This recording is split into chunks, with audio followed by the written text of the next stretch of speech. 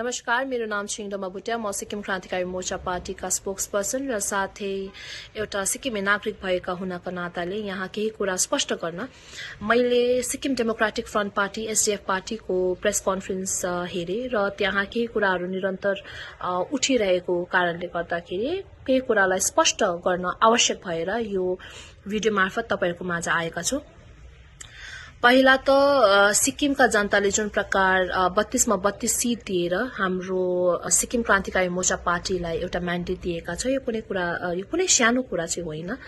यसको अनुसार यो स्पष्ट रूपमा हाम्रो एसकेएम पार्टीलाई चुनिएको र उहाँलाई स्पष्ट रूपमा जिम्मेवार दिएको हुन् र त्यो चीजलाई हामीले रेस्पेक्ट गर्नुपर्छ। Everyone has difference in opinion but ultimately it's the will of the people that matters the most र यो पीपल्स चोइस पीपल्स गभर्नमेन्ट हो भनेर हामीले त्यो चीजलाई रेस्पेक्ट पनि दिनुपर्छ।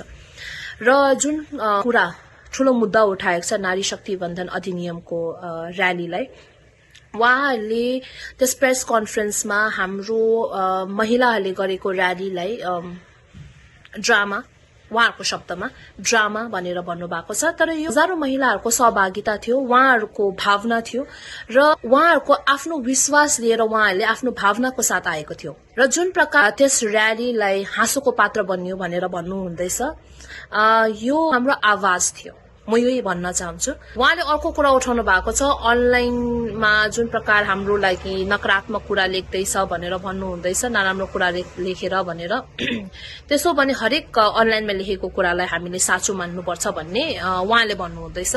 त्यसो हो भने त राजनीति त एकदम भयंकर भएर जान्छ, हरेक अनलाइनको कुरालाई विश्वास गर्नु पर्यो भने।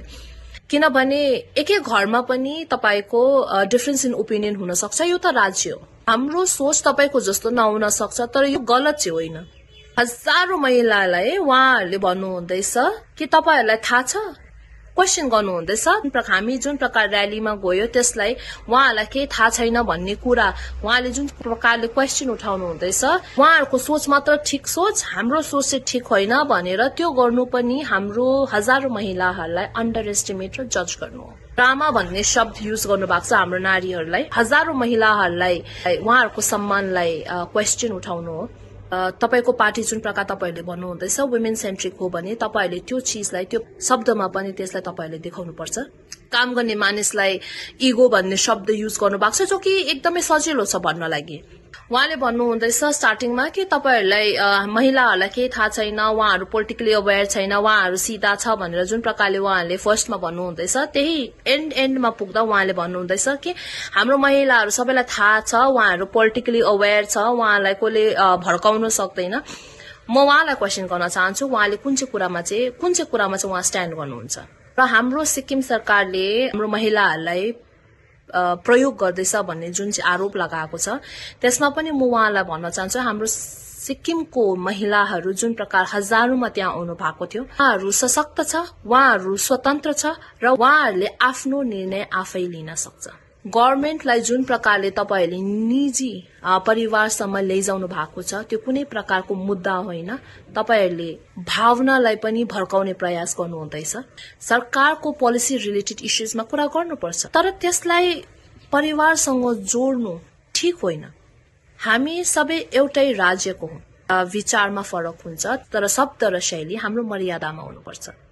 प्रेसबाट उहाँलाई हाम्रो कोमल चामलिङ म्याडमलाई जुन प्रकारले क्वेशन गरेको छ कि 2024 को इलेक्सनमा उहाँहरूले जुन प्रकार द ओन्ली वुमेन क्यान्डिडेटलाई ड्रप गर्नु भएको थियो बिकज अफ पार्टी डिरेक्सन, किनभने एक्सपिरियन्सलाई चाहेको थियो भन्ने उहाँले जुन प्रकारले कुरा गर्नुहुँदैछ यतापट्टि र उतापट्टि फेरि हाम्रो वुमेन रिप्रेजेन्टेसनको बारेमा कुरा गर्नुहुँदैछ, त्यसमा पनि कुरालाई मलाई मिलेको जस्तो लागेन।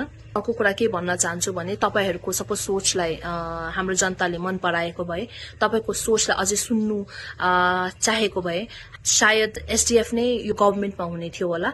सिक्किम क्रान्तिकारी मोर्चा पार्टीलाई जनताले चाहेको कारण उहाँहरूलाई ल्याएर उहाँहरूलाई यो गभर्नमेन्टमा छानेको छ र जसको कारण मलाई लाग्छ कि हामीले त्यस चीजलाई सम्मान गरेर त्यस चीजलाई अघि बढाउनु पर्छ र त्यो पनि एउटा रेस्पोन्सिबल जुन तपाईले युज गर्नु भएको छ 5-6 पल्ट पीपल्स चोइसलाई पनि रेस्पेक्ट गर्नु, त्यसलाई पनि डेमोक्रेटिक र रेस्पोन्सिबल राजनीति भन्छ। Thank you so much.